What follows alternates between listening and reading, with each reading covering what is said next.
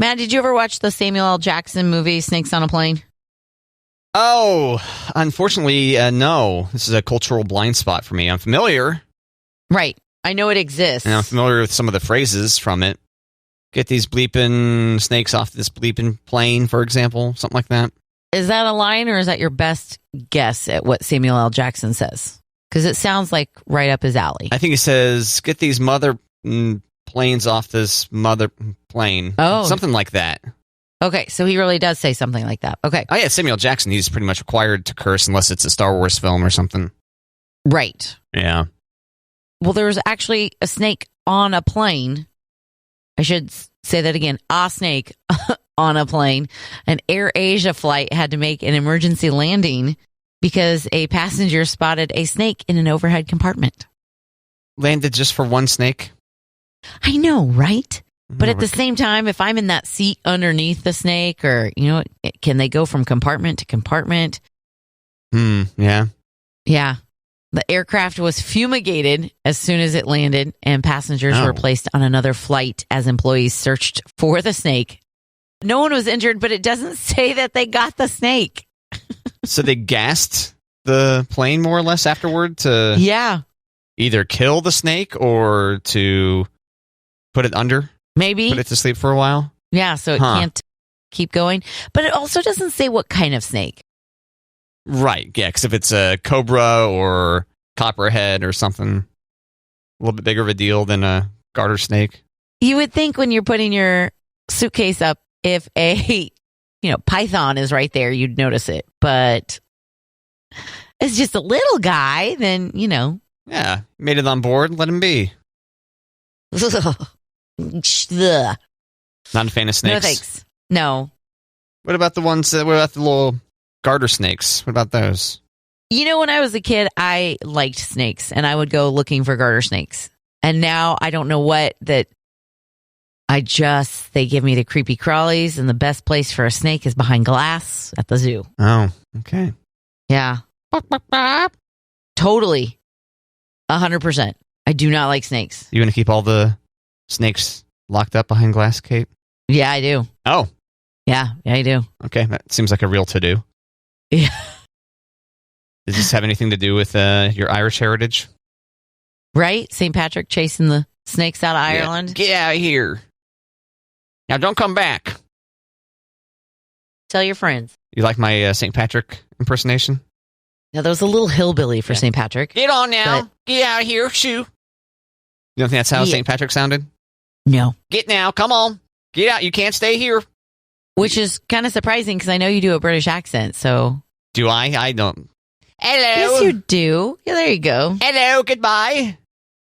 Shoo now. No, see, the hick wants to come back in. The hillbilly wants to sneak back in there. Go on now. How about you? You do a St. Patrick impersonation then. Well, he's British, so he'd say like, I like you said shoe, so now it's stuck in my brain, but get on now, snake. That's pretty good. Is that too Australian? Close enough to me. I'm not going to be the one to... Hello, governor. And then, shoo now. Is that better? Be gone with you. And that's how St. Patrick drove the snakes out of Ireland. And there's not a single snake there anymore. We should have saved that lesson for next month. Oh, well, this gives us more time to practice. Okay, there we go. St. Patrick's Day is what, 17th? March 17th. Okay. Yep. You going to find a parade? Probably.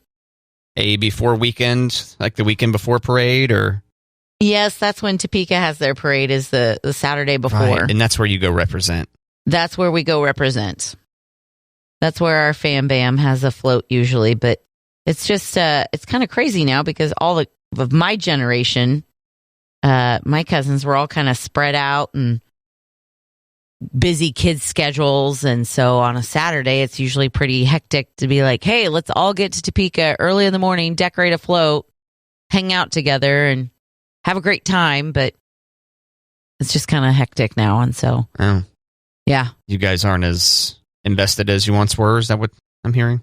I think we're just spread thin. Does that mean it's going to be kind of a bleh kind of float this year? I'm hoping that we can get, because we haven't had a float in the parade because of, COVID. They haven't had a parade.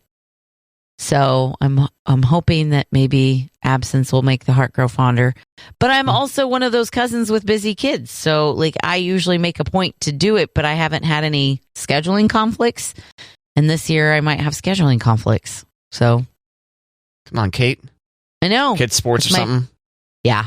Mm. Yeah. It's my favorite. It's my second favorite holiday, I should say. It's a close tie with Thanksgiving. Oh, okay. Yeah. Well, it's a close second to Thanksgiving. Yeah. Okay. Yeah. So like it's really like neck and neck. Yeah. Yeah, I would never put it anywhere close to the top. Well, I know, but like Thanksgiving and St. Patrick's Day, they're both about family and they're both about your heritage and they're both about like being together, but one's about food and one has some libations. So do you think most people would agree with that statement that St. Patrick's Day is about family, or is that just your family in particular? My family. Right. Yes. Right. St. Patrick's Day for me is about my family and being together and celebrating our heritage. Yeah. Because my family, I don't think cares. But yeah.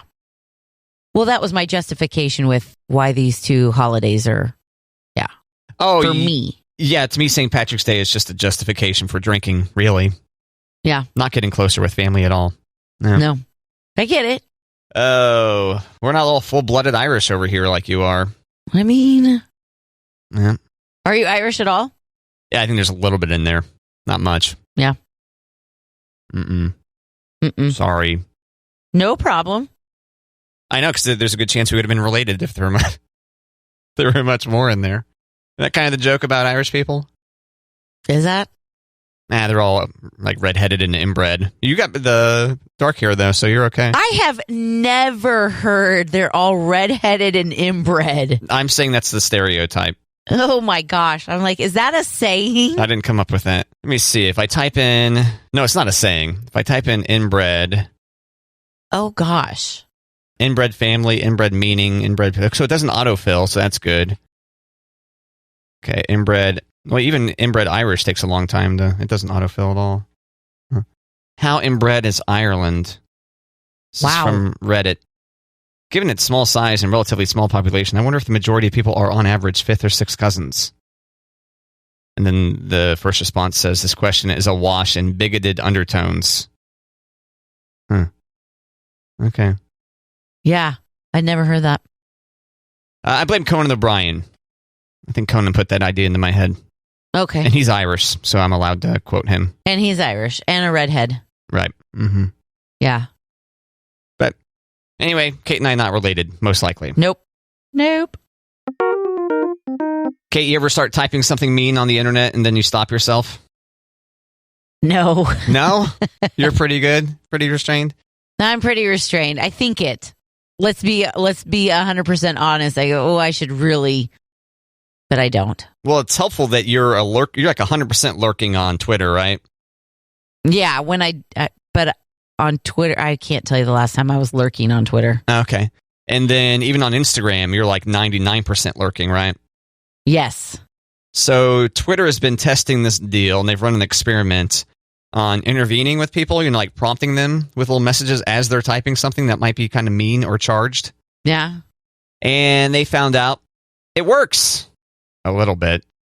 The intervention prompts users who are about to post harmful content with an opportunity to pause and reconsider their tweet.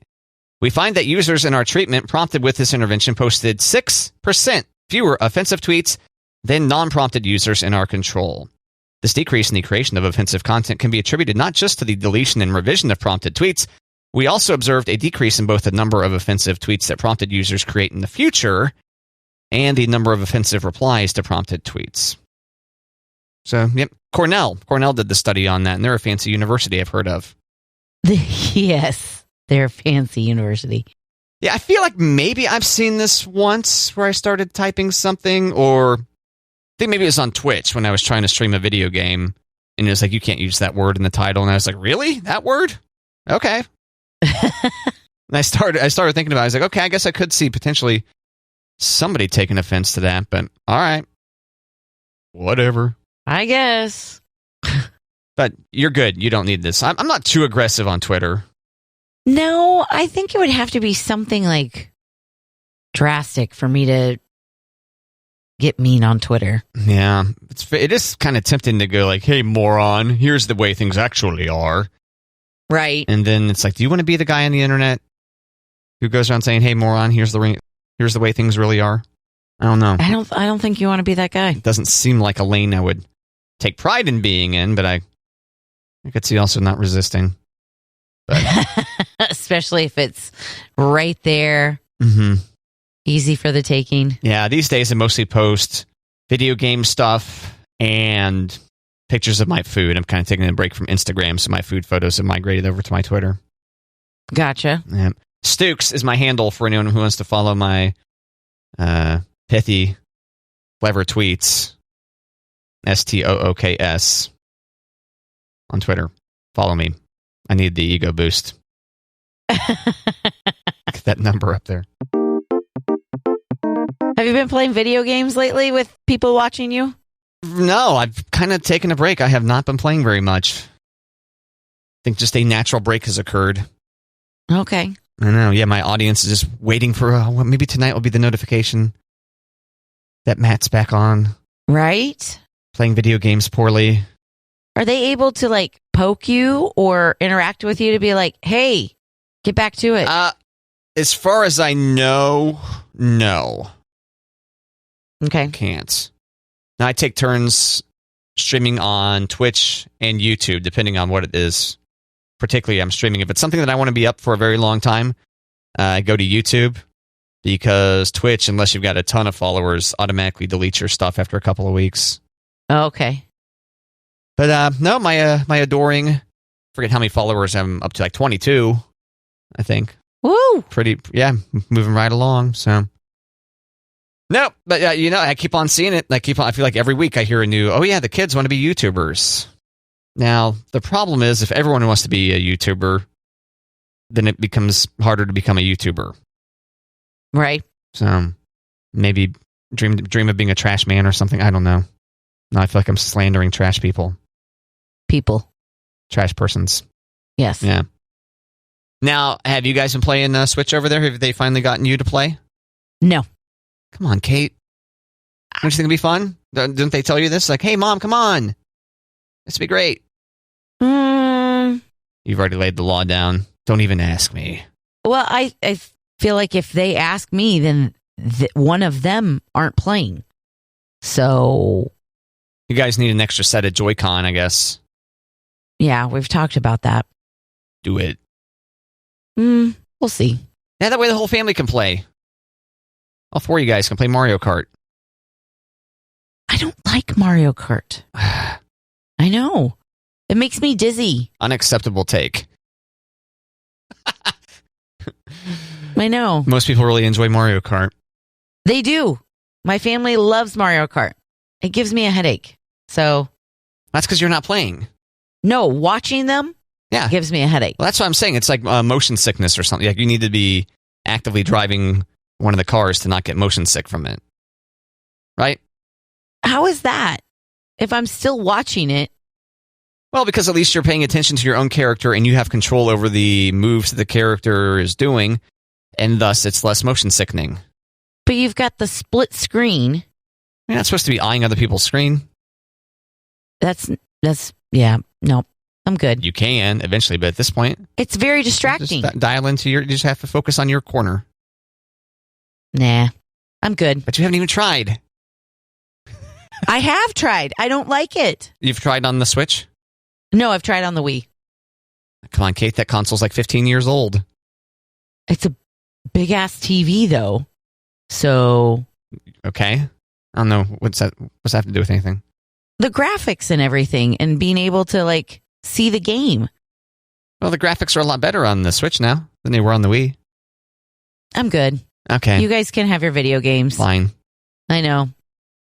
I just picture your house full of laughter. The whole family is playing Mario Kart together. Or I'm in the room. I mean, it's not like they're all like excluding me while I'm down in the basement, like by myself. That's better. That's the better of those two options. Yeah. It's kind of like coffee. I'm okay that you like it. I don't like it, and I don't want to try things to make it's another thing that I don't need in my life. You know what I mean? If I come home every day from work and be like, let's play Mario Kart, guys, and nothing gets done, we're going to have problems. That's great. I love the idea of you coming home and using that particular voice to declare a Mario Kart gaming session should begin. Anybody want to play? Come on. Who wants to play? Kick your butt. Oh, Doyle rules. Yeah, no. Okay. Just from time to time, I'm going to try. None of those games, none of the Nintendo Switch games look delightful to you? No. Nope. Splatoon no. That one's obnoxious. I still think maybe Mario Party might be good. I think that one's on order. I think we were I think we were on back order for that for a while. Oh, really? Okay. Yeah. Bizarre. Yeah. Or maybe it's just still sitting in the cart waiting for me to purchase. Yeah. Possibly. I don't know if I would trust you to be the one to click the button that says order the video game. What's Monty thinking? What do you mean, trust me? I'm the one who does all the gift giving. If I don't do it, it's not getting done. It's have you ordered that yet? But if you're all meh on video games. But I'm not meh on my children's happiness. Oh, that's so sweet. Right? Yes. Thanks. God. I'm not going to not get them something. Okay, I take that back. I didn't do Barbie for a long time because I didn't like Barbies. See? I know. Well, you could subconsciously be thinking, if they have fewer video games, that means it's more likely that I'm going to be able to watch. If they have fewer video games, then there's fewer things for me to pick up or not, Oh, fewer toys and stuff? Yeah, but they also haven't said, hey, I'm usually prompted by them. Hey, can we get another game or something like that? Mm-hmm. We've got a birthday coming up this month, and that might be a birthday gift. Okay. But, yeah. Right now, Splatoon is the winner? Elliot likes Splatoon, but Mario Kart's usually the hands down what they all play together. Yeah. Yeah. Oh, fantastic. So wholesome. Meh. It could be worse. They could be into Pokemon or something like that. Right. Yeah, they could be doing drugs together. The three of your two kids and Monty could be shooting up. That would be really bad, Matt. Pokemon? Is that what you said? Yeah. You really don't like Pokemon? No. Okay. I think Pokemon's okay. Pokemon. Yeah, I always struggle with the pronunciation. I find them okay, and I'm saying this more than anything to relate to the listener that disagrees with you, Kate. I know, and people who love it, and it's great. They do. Have at it. I'm just going to stay over here. A ton of people are still into the Pokemon Go. Are they? Yeah. Mm-hmm. I know a lot of people will, a lot of the people that you see have a big old battery case on their phone. Yeah. There's a decent chance it's because they've got a Pokemon Go addiction. Oh. Yeah. The game uses lots of battery. It's got to fire up the GPS the whole time. Yeah. The screen's bright. And then you might be hopelessly addicted to it and constantly have it out. So, got to have more juice. Buy the bigger phone. Buy the external battery. Now I'm picturing someone toting a car battery in a... I know. In a backpack. Not a backpack, but one of those wagons. Little red wagon. Oh. Just dragging it behind you. Backpack would work too. It just might not be good for your posture long term. Right. Overcompensating, leaning forward so you don't topple backward. The big old battery strapped to your back. Good workout, though. Yeah. There you go. This has been Matt and Kate Talk About Video Games, a semi-regular segment on this show. Usually the same results. Come on, Kate. No. Yeah, typically it goes, come on, Kate, a bunch. And then Kate going, meh. And, no, thank you. And here we are. Thanks, Kate. Yeah. Matt, do you have any daily morning habits that you do every morning, aside from as soon as you get up, go to the bathroom, right? Those habits. Do you have any 5 morning habits? This is how I start my day every day. This is makes me a successful adult. Nothing like that. Nothing that's been... I mean, there are some things I started... Like, I'm not currently drinking hot tea in the morning. Yeah. And part of the reason why was that saves me 5 minutes in the morning. So I thought I'd see how far can I get by with no caffeine, and it's been fine. But previously to that, I've got these big these Stanley metal thermoses, or thermi, if you desire.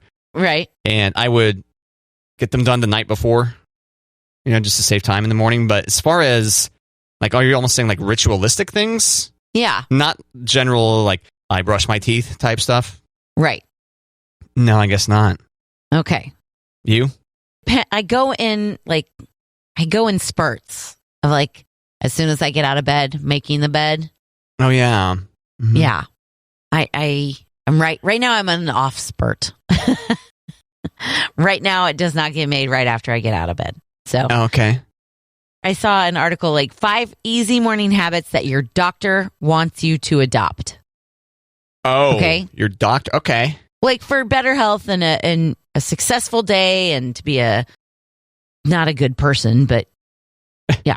Not a good person? What? No, I'm not going to say it's not going to make you a good person just because you make your bed every day. They make you a little bit more well-rounded or sharper or something like that. Right. So they say here are 5 easy morning habits that are good for you and only take a minute. All right. Okay. Our listener wants to know. This is a morning show, too. This is timely. Right. So they say, make your bed. Ugh. Studies show it can make you more focused and task-oriented all day. I know I want to argue with that so badly, but at the same time, for the most part, I make my bed, which I did not grow up making my bed. I just don't get it. Yeah. Well, as a single person, I don't get it. No one's ever seen my made or my unmade bed. Is it for someone else or is it for you, though? That's what I'm thinking. When you make your bed, I think it's for other people. You do? For me, yeah. Okay. You think it's for yourself? Well, I love coming into my room, especially when it's bedtime and the bed is made, and like just snuggling under because it's all ready to go. I do love that. Because you're getting like hugged by a freshly made bed as you're getting into it? Yeah. Okay. I see that. Yeah. I hear that. And then I also don't like coming into my room on the days that I don't make my bed. And I go, oh, you didn't make the bed? Slacker. And I like berate myself for 30 seconds and then I keep on going. I don't stop to make the bed. I just like, should have done that. And then you keep on going. Now, for the longest time, you slept on top of your sheet so you wouldn't have to make the bed, right? That's right. But then you made this change within the last year or two or something. Yeah. In the pandemic, I think it was. Nice. In these current times, yeah. I do miss sleeping on top of a made bed, though. I'm not going to lie. Really? Like, then you don't have to make your bed, yeah. Oh, that's 100% the reason why, though. Yes. Not for comfort. No. Okay. No. That was a big breakthrough. I'm glad you did that. Yep. All right, so number 1 out of this 5 different ones, what you said? 5 easy morning habits that are good for you. Make your bed. Number 2, drink a glass of water. Yeah. And it doesn't matter if you sip it or chug it. Just start your day by hydrating. It's important because we tend to get dehydrated while we sleep. And if you dehydrate before you sleep and then you dehydrate again while you're sleeping, you need that hydration in the morning. Yeah, pound that water in the morning. Now, you deliberately dehydrate before going to bed so that you don't have to pee in the middle of the night, right? I deliberately stop drinking. Okay.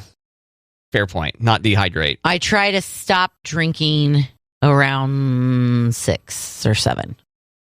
Just got to front load that water. Get it done early on in the day. Yeah. Stay hydrated.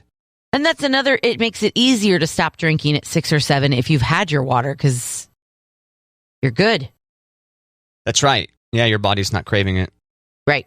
Now, I do a really good job hydrating. I imagine I blow right through the recommended Monday through Friday. But then on the weekend, I don't have those same hooks, like when I'm at work. There's a certain, and plus talking all day. Right. Gotta wet my whistle, so I can continue whistling through radio shows like we do. And And but on the weekend, that just falls apart. Plus, there's all the day drinking, which doesn't hydrate. No. The day drinking of non-water beverages. Right. Yeah.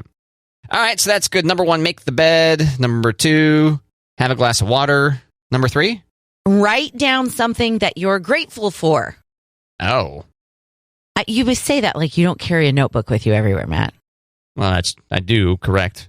Okay. And I don't even need to have one with me everywhere. Like, where am I going to get the paper? How am I going to get to write this down? What do I do? You've got your notebook. They say start your day by being thankful. It can put you in a better mood, and writing it down is even better. And in one study, there was a noticeable effect when people did it every day for 2 weeks. Okay. And I don't think you need to like journal on it. I think you just like, good morning. What am I thankful for today? Blankets. Blankets, yeah. Okay. Yeah. So that's number 3. Number 4, get some sun. Oh, Go yeah. outside. Mm-hmm. Open your shades. Which, do you open your shades, Matt? In my house? Uh-huh. Rarely. Yeah. Yeah. I need to. I've got big old blackout curtains up, which help me maintain this weird sleep schedule. But like when you get out of bed, you don't open your shades to start your day? No. It's pitch black. Yeah. So. That's part of my making the bed process is opening the shades. Oh. So if the bed doesn't get made, usually the shades aren't open. Oh, okay. Huh? Yeah, I don't know. And then when you walk into that room later and there's sun coming through it, you can go place yourself into the sun that's coming through the window? I mean, I could. Yeah. Like a little cat sleeping in the sun. Yeah, because that's what this tip seemingly was recommending, right? To place yourself physically in the sun's rays. Well, this is saying get some sun, go outside, or just open your shades. And research supports the idea that getting some sunlight in the morning is good for you. But okay, so they're not clear as to whether they want this to be direct sunlight or not? Correct. Okay, because I know having daylight come through your window is helpful, especially for like if you struggle with seasonal affective disorder. Mm-hmm. You want to have some of that natural light coming in. Mm-hmm. So, yeah, I know for certain. I've actually thought about that for a while. I need to get my curtain situation figured out so that they're easier to move in and out of position. I got the place kind of buttoned down, but Yeah, get some light in there, Matt. Yeah. Let the light in. it's important. It's important. Now, the last one, this one is get some exercise Womp womp. in the morning. Womp womp. But they say even if it's just stretching, engaging your body for as little as 5 minutes can make a difference. Okay. So even if you can't get like your workout in the morning, do some stretches before you really like start your day There you go. to get you moving. Stretches, jumping jacks, I'm a fan of. Yeah. Pull-ups. If I get the motivation in the morning, I'll do some pull-ups real quick. Knock those out enough to just kind of be like, okay, loosened up, ready to go. Let's go mess this day up. You know? Whoa. Yeah. I have thought more recently about, we already get up so early. Like, do I need to go? Because oftentimes I'll wake up half hour before I need to and be like, okay, I guess I'm just going to stare at the ceiling for a while.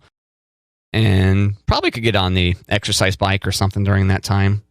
But inertia, it's so easy just to stay there, especially this time of the year. Right. Stay under the covers. Nar, nar, nar.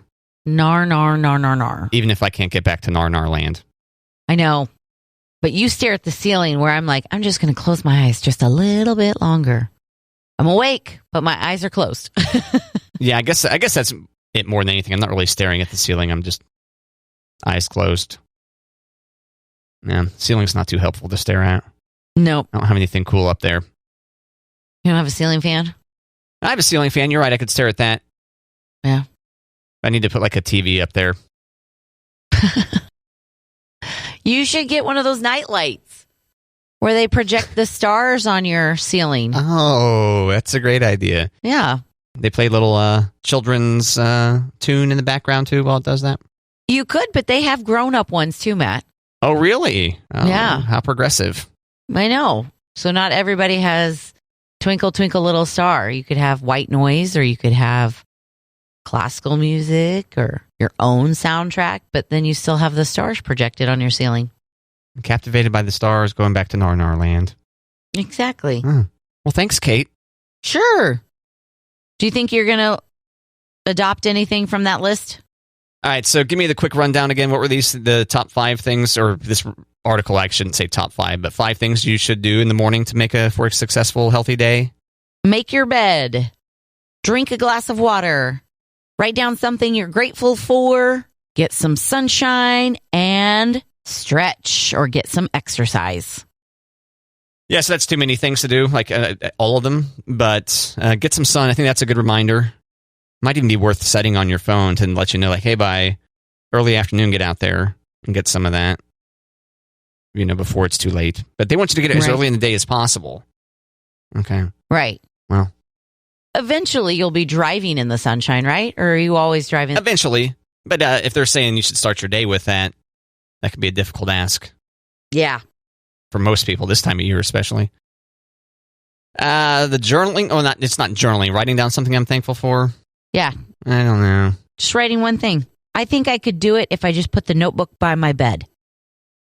I think the most helpful thing for me would be to do the exercise. Yeah. For me personally. I'm already nailing the water. I get plenty of water. I pretty much have taken down a full glass of water before I leave the house, which is within like half hour of me getting up. So, how about you? You going to adopt any of this? I need to be better about making my bed, but probably the writing down something I'm grateful for. I feel like that could be helpful. I could see that being up your alley. And that could be like something that I look at each night, like, okay, 3 days ago, I was grateful for Cheez-Its. Today, I was grateful for, Yeah, well, especially if you get in a bad place. Yeah. If you get into negative Nancy, which was, do you have a name? I say Nelly. Yeah, negative Nelly. Negative Nelly situation. You can be like, wait, let me consult my book of things I'm great. Okay. Yep. Everything's all right. Yep. Let's play some Mario Kart, kids. Too far. Too far.